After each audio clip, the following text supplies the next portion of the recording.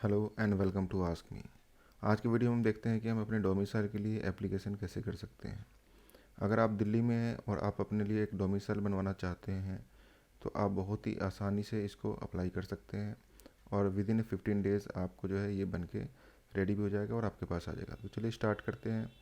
अपने ब्राउज़र पे चलते हैं और यहाँ पे जो दिल्ली गवर्नमेंट की वेबसाइट है उस पर चलते हैं। दिल्ली गवर्नमेंट की वेबसाइट है e-district.delhi-government.nic.in।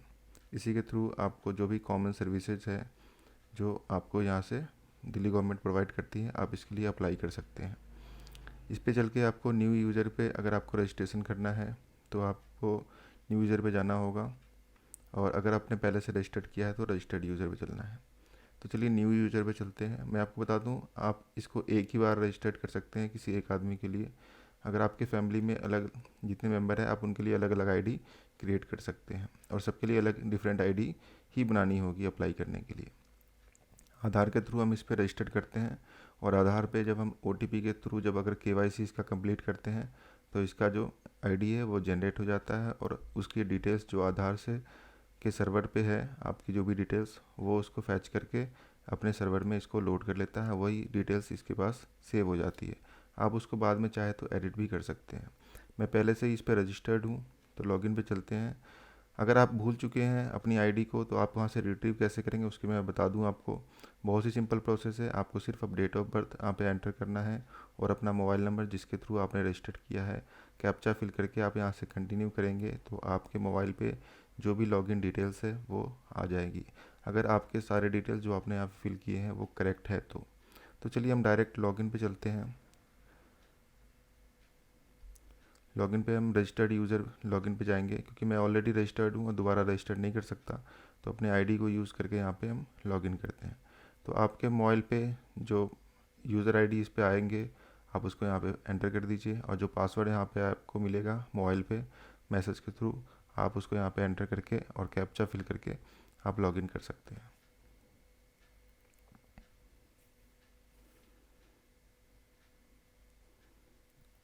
हमने यहाँ पे पासवर्ड जो है जो हमारे मोबाइल में आया हुआ है वहाँ पे एंटर कर देते हैं, और कैप्चा फिल करके इसको लॉगिन कर लेते हैं। तो मैं ऑलरेडी अभी जस्ट मैंने रिसेंटली अपने डोमिसाइल मैंने बनाया है, तो मैं अभी मदर की आईडी से आपको ये पूरा प्रोसेस बताऊंगा। तो मैं उनकी आईडी में ही यहाँ पे लॉगिन हो जाता हूँ। तो मेरे मदर की आईडी में मैं लॉगिन हूँ अभी, और मैं सारा प्रोसेस जो है इसके लिए बताऊँगा आपको इस आईडी पे ही करके। तो चलिए यहाँ पे देखिए आपका प्रोफाइल जो है लॉगिन करते ही आपका प्रोफाइल खुल जाता है। अगर आप इसको अपडेट करना चाहें तो अपडेट प्रोफाइल पे जाके आप इसको अपडेट भी कर सकते हैं। बहुत ही सिंपल प्रोसेस है, जो भी डिटेल्स चाहें आप इसको यहाँ से अपडेट कर सकते हैं। आप फोटोग्राफ अपडेट कर सकते हैं, एड्रेस चेंज कर सकते हैं, जो भी डिटेल्स यहाँ पे कुछ डिटेल्स होती है जो आपकी अपडेट नहीं कर सकते, बाकी कुछ डिटेल्स एड्रेस और name mobile number email ID वो अपडेट कर सकते हैं इसके ऊपर। चलिए हम अप्लाई पे जाते हैं। अप्लाई ऑनलाइन पे ये कुछ सर्विसेज हैं जो आप इस पोर्टल के थ्रू अप्लाई कर सकते हैं। ये कुछ सर्विसेज देखिए यहाँ पे आपको मिल जाएंगी। तो हमें डोमिसाइल चाहिए जो रेवेन्यू डिपार्टमेंट प्रोवाइड करता है, तो डिपार्टमेंट ऑफ रेवेन्यू में जाएंगे। इस सेक्शन में आप देखेंगे issuance of domicile certificate, fourth number पे आपको मिल जाएगा। ये देखिए आपको ये डिपार्टमेंट ऑफ रेवेन्यू प्रोवाइड करता है। 2015 से ये लिंक जो है एक्टिव है इस पोर्टल के ऊपर, और इसका जो ड्यूरेशन है वो 14 डेज़ है। मतलब 14 डेज़ के अंदर आपको ये कंप्लीट करके सर्विस आपको गवर्नमेंट प्रोवाइड कर देती है। तो ये पूरा प्रोसेस जो है 14 डेज़ का है, तो आपको मैक्सिमम 14 डेज़ ही लगने चाहिए। कुछ 2-4 दिन आगे पीछे हो सकते हैं, मतलब 15 डेज़ के अंदर आपका जो ये पूरा प्रोसेस कंप्लीट हो जाएगा। तो चलिए आपकी कुछ बेसिक डिटेल्स आ जाती है यहाँ पे। आप एडिट करना चाहे तो इसको एडिट कर सकते हैं, अदरवाइज़ आप कंटिन्यू कर लीजिए, क्योंकि ये जो डेटा है वो आपके आधार का ही डेटा है। इस तरीके से हमारे पास डेटा आ गया है, हम आगे कंटिन्यू करेंगे। अब जो है यहाँ पे आपको प्रोवाइड करना है डिटेल्स कि आप कितने साल से दिल्ली के अंदर रह रहे हैं। तो अब जो भी साल जितने भी साल से आप रह रहे हैं वो यहाँ पे आप एंटर कर सकते हैं। मिनिमम 3 इयर्स का एक पीरियड है जो आप दिल्ली में कंटिन्यू आप रहने चाहिए, तभी आपको डोमिसाइल के लिए आप अप्लाई कर सकते हैं।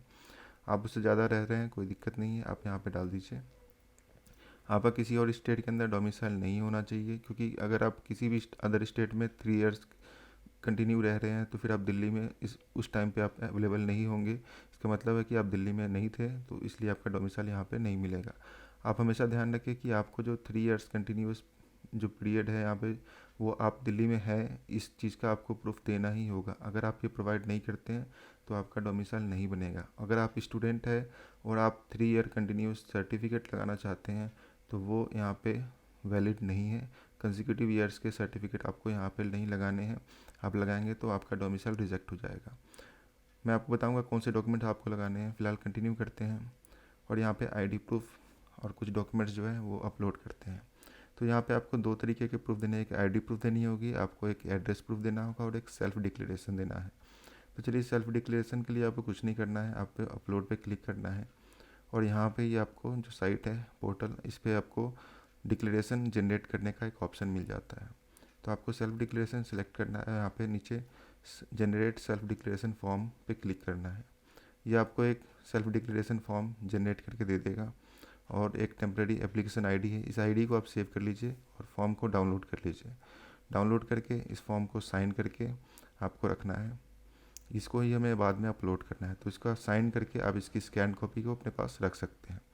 वापस हम जाएंगे पेंडिंग जो एप्लीकेशन है उसके अंदर, और हमारे यहाँ देखिए यहाँ पे पेंडिंग शो कर रहा है क्योंकि हमने डॉक्यूमेंट्स इसके अपलोड नहीं किए हैं। आप चाहे तो कुछ दिक्कत हो गई हो तो आप डिलीट भी कर सकते हैं। हम इसको कंटिन्यू करेंगे और डॉक्यूमेंट्स अपलोड करेंगे।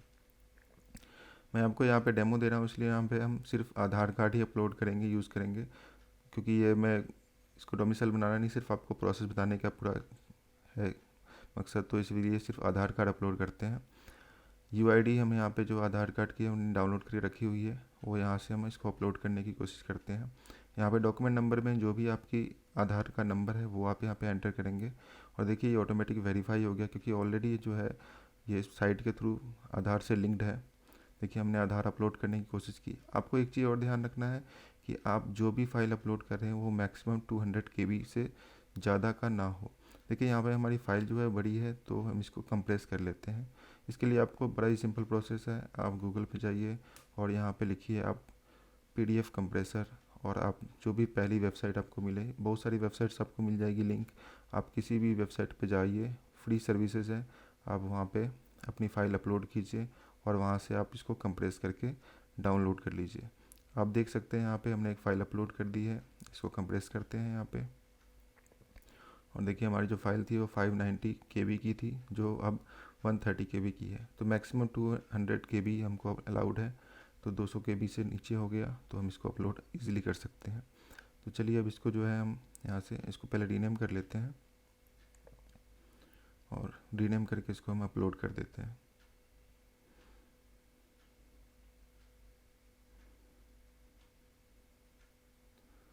और देखिए इसको हमने यहाँ पे अपलोड कर दिया, सक्सेसफुली अपलोड हो चुका है। और देखिए यहाँ पे ग्रीन टिक मार्क का मतलब है कि ये जो फाइल है हमारी वैलिडेट हो चुकी है, क्योंकि आधार ऑलरेडी इस पोर्टल से लिंक्ड है तो इसलिए इजीली वैलिडेट हो जाती है। दूसरे कोई डॉक्यूमेंट्स जो है वो इजीली वैलिडेट नहीं होते हैं, तो उसकी कोई दिक्कत नहीं है। लेकिन हम यहाँ पे सिर्फ आधार को ही अपलोड करें, तो हमने एड्रेस प्रूफ में भी आधार को ही अपलोड कर दिया है। अब जो यहाँ पे आपको 3 कंसेक्यूटिव ईयर्स के लिए है, तो यहाँ पे जो है आपको आधार अपलोड मैं फ़िलहाल के लिए कर रहा हूँ, लेकिन आपको यहाँ पे आधार अपलोड नहीं करना है। तो पहले हम जो है यहाँ पे सेल्फ डिक्लेरेशन फॉर्म जो है वो अपलोड कर देते हैं, आधार एड्रेस प्रूफ, आईडी प्रूफ, और हमने सेल्फ डिक्लेरेशन फॉर्म जो है अपलोड कर दिया। देखिए यहाँ पे ये आपको जो ग्रीन टिक मार्क नहीं आ रहा है, कोई दिक्कत नहीं है, क्योंकि ये फिजिकल डॉक्यूमेंट थे हमने यहाँ पे अपलोड किए हैं, ये कोई आधार डेटाबेस से लिंक नहीं है, तो इसलिए ये जो है वैलिडेट नहीं हो पाया है, तो कोई दिक्कत नहीं है। अब हम 3 इयर्स कंसेक्यूटिव ईयर्स के जो डिटेल्स है उसको अपलोड करना है। तो यहाँ पे मैं फ़िलहाल आधार अपलोड कर रहा हूँ, लेकिन आप इसमें क्या करें कि जो भी आपको यूटिलिटी बिल्स हैं या फिर आपके बिजली का बिल हो, पानी का बिल हो, टेलीफोन का बिल हो, गैस का बिल हो, इस तरीके कोई डॉक्यूमेंट्स हैं तो आप उसको यहाँ पे अपलोड करें। मैंने फ़िलहाल सारे डॉक्यूमेंट्स में सिर्फ आधार को ही अपलोड किया है और आगे कंटिन्यू किया है। देखिए यहाँ पे आपको एक बार फॉर्म अपने चेक कर लीजिए, डिटेल्स चेक कीजिए और उसके बाद यहाँ पे फाइनल सबमिट पे हम क्लिक करेंगे। जब हम फाइनल सबमिट पे क्लिक करेंगे तो उसके बाद यहाँ पे हमें एक OTP आएगा हमारे मोबाइल पे, हमें उसको यहाँ पे सबमिट करना है। यहाँ पे देखिए आपको एक वार्निंग साइन दिखाता है और बताता है कि आपको OTP जो है आपको मोबाइल पे भेज दिया गया है। यहाँ देखिए ये इस तरीके की स्क्रीन आपके पास आ जाएगी फाइनल सबमिट के समय।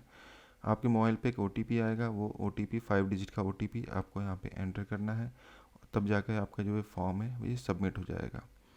आप कोई भी फॉर्म जो सबमिट करते हैं वो आपको 6 डेज़ का वक्त मिलता है, 1 वीक का। उसके अंदर ही आपको जो है डॉक्यूमेंट्स अपने सबमिट करने होते हैं। तो जो भी डॉक्यूमेंट्स आपने यहाँ पे देखिए, इस तरीके की हमारे पास एक फ़ाइल सबमिट होते ही एक एक्नॉलेजमेंट रिसिप्ट आ जाती है। आप इस पर प्रिंट पे क्लिक करके इसको प्रिंट आउट निकाल ले, अपने पास सेव कर ले इस तरीके की। और यहाँ पे देखिए, आपको जा करके हम चेक कर सकते हैं इसको। हम अपने जो हमने एप्लीकेशन सबमिट की है वहाँ पे आपको इसमें अंडर प्रोसेस में शो कर रहा है। जब इस पर क्लिक करेंगे तो यहाँ पे प्रिंट एक्नॉलेजमेंट स्लिप पे जा करके भी हम प्रिंट यहाँ से निकाल सकते हैं। आप इसका प्रिंट आउट मेरे पास रख ले। अब मैं आपको इसको सर्टिफिकेट डाउनलोड कैसे करना है वो बताता हूँ। मैं अपनी दूसरी आईडी पे जो मैंने आपको बताया कि मैं बना चुका हूँ अभी, तो वहाँ पे गया मैंने एप्लीकेशन आईडी जो हमारे पास था उसको मैंने कॉपी किया है यहाँ पे। अब आपको कहीं नहीं जाना है, आपको प्रिंट पे क्लिक करना है। आपके पास फिजिकल कॉपी नहीं आती है, आपको देखिए यहाँ पे ऊपर आपको एक प्रिंट का ऑप्शन मिल जाएगा। प्रिंट में जाना है, सर्टिफिकेट्स पे, और यहाँ पे आपको जो है सर्टिफिकेट में आपको नंबर, एप्लीकेशन नंबर डालना है और नीचे अपने डेट ऑफ बर्थ डालनी है। और आप पे क्लिक करेंगे तो इस तरीके से आपका जो फाइल है वो डाउनलोड हो जाएगा। आप उसको ओपन करके देखिए, इस तरीके का जो सर्टिफिकेट है वो आपके सामने आ जाए। आप इसकी PDF को सेव कर लीजिए, इसका प्रिंट आउट निकालिए। यही आपका जो डोमिसाइल सर्टिफिकेट है, ये 1 ईयर के लिए वैलिड होता है। एक बार एप्लीकेशन करने के बाद आपको विद इन वीक आपको जो डॉक्यूमेंट्स है वो आपको यहाँ पे ऑफिस में जाके सबमिट करने होते हैं। डॉक्यूमेंट्स में आपके जो एक एक्नॉलेजमेंट रिसिप्ट होती है वो प्रिंट आउट निकालना होता है। उसके बाद आपको सेल्फ डिक्लेरेशन का फॉर्म निकालना होता है। उसके साथ ही जो 3 कंसेक्यूटिव ईयर्स के जो आपके यहाँ के प्रूफ होते हैं कि आप यहाँ पे कंटिन्यू रेजिडेंस में हैं दिल्ली में, तो उस चीज़ का आपको एक प्रूफ देना पड़ता है। मैं आपको रिकमेंड करूँगा कि आप यूटिलिटी बिल्स जो पानी का, बिजली का, गैस का या फिर टेलीफोन का ही बिल क्यों ना हो, या फिर आपकी बैंक स्टेटमेंट की पासबुक हो, आप उसको जो है वो आप दे सकते हैं। क्योंकि उससे आपका जो एक्टिविटीज़ होता है वो ट्रैक होता है कि हाँ आप विद इन 3 ईयर्स में आप कंटिन्यू यहाँ पे स्टे कर रहे थे। क्योंकि अगर जो आप आधार देते हैं या फिर आप वोटर ID कार्ड देते हैं तो उसको ये वैलिड काउंट नहीं करते हैं। क्योंकि अगर आपने एक बार आधार बना लिया और अगर आप दिल्ली में नहीं भी है फिर भी आप अगर आपका एड्रेस चेंज नहीं कराते तो वो सेम ही रहता है। तो इस तरीके से उस डॉक्यूमेंट्स को ये वैलिड नहीं मानते हैं। तो ऐसे डॉक्यूमेंट्स जिसमें अगर जैसे आपने बैंक पासबुक में कुछ एंट्रीज, आपने कुछ पेमेंट विड्रॉ किया हो, डिपॉजिट किया हो, तो इस तरीके से जो एक्टिविटीज़ होती हैं इस वजह से ये कंटिन्यू स्टे का एक प्रूफ होता है। तो आप इसको संभाल के रखें, इस तरीके की डॉक्यूमेंट्स ही सबमिट करें, अदरवाइज़ ये आपका जो एक्सेप्ट नहीं करेंगे डॉक्यूमेंट। तो ये डॉक्यूमेंट्स जो आपने यहाँ पे अपलोड किए हैं वो, और प्लस उनके ओरिजिनल और उसकी एक फ़ोटो कॉपीज़ जो है वो आप ले जा करके आप सबमिट कीजिए।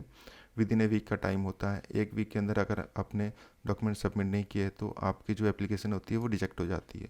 रिजेक्ट होने की कोई दिक्कत नहीं है, अगर हो जाए तो कोई दिक्कत नहीं, आप दोबारा फिर से अप्लाई कर सकते हैं।